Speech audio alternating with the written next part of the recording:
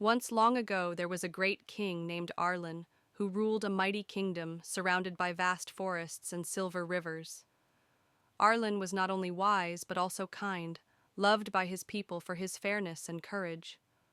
By his side always was a horse named Ember, a powerful black steed with a white star on his forehead, a gift from Arlen's father when he first became king. Together, they had ridden into battle, explored distant lands, and celebrated countless victories. But one year, a terrible drought struck the kingdom. The rivers dried to trickles, the fields turned to dust, and hunger crept into every village. Arlen sent his armies to bring food from distant lands, but the roads were blocked by bandits and dangerous storms. His people began to lose hope. One evening, standing atop the castle walls and looking at the parched land, Arlen spoke softly to Ember. If only there was a way to bring rain back to our kingdom. Ember, as if understanding, nudged Arlen's hand. Legends spoke of a hidden spring deep in the forest of whispers, a spring guarded by an ancient spirit that could end any drought if approached with true heart and bravery. No man had dared venture that deep into the forest for centuries.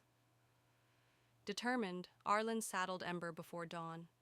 Without telling anyone, the king and his horse slipped away from the castle and rode toward the unknown. Days passed. The forest grew thicker, darker, and stranger. Thorny vines clawed at them, and eerie voices whispered from the shadows.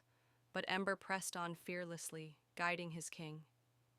One night, they reached the heart of the forest, a clearing with a pool so still it looked like glass.